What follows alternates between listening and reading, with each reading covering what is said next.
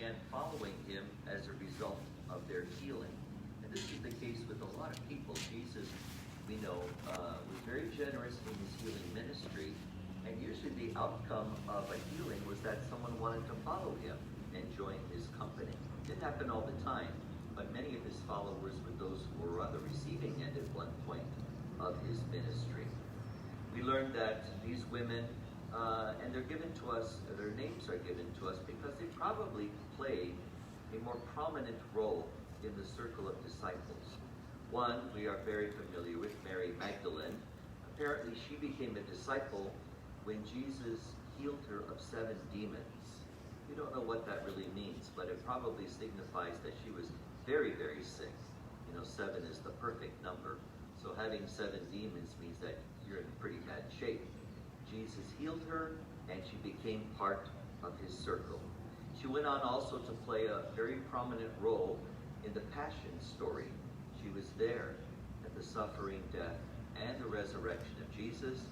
She was one of the first to see the risen Christ. The second woman mentioned is Joanna. She was married, and her husband worked for King Herod. It's kind of a touchy situation.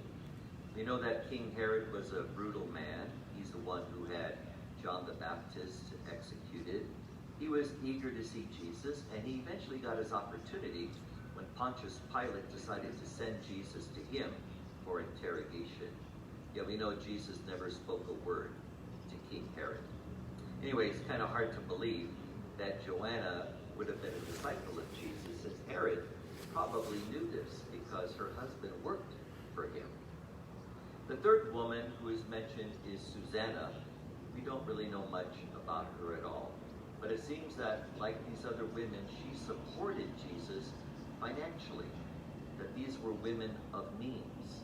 They had money to spare, and they supported the work of the disciples, contributed to the common purse that was necessary, of course, when you have a group of people traveling from village to village. One of the things that a very simple passage like this tells us is that Jesus was somewhat of a radical in this way.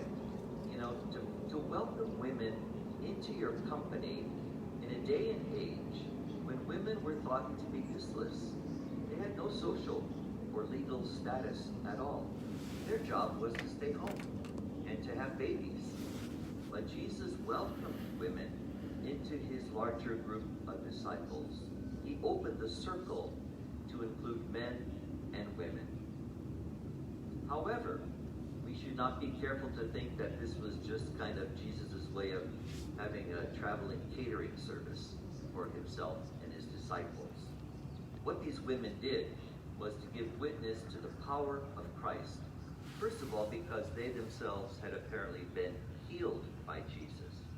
They were present when Jesus was teaching and preaching to the crowd, so they learned the gospel from the Master himself.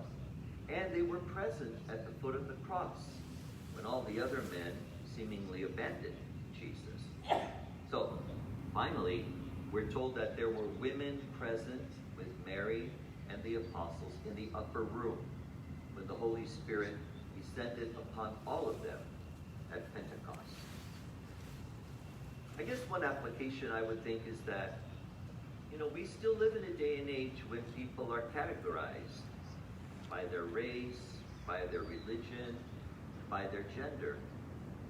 But what we remember about Jesus is that he did not seem to make distinctions when ministering to people.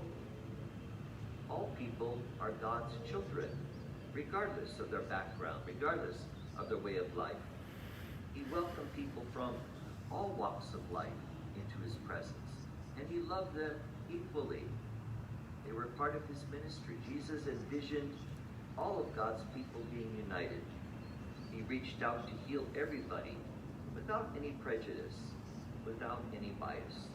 And that certainly is good news for each of us who can be here this morning.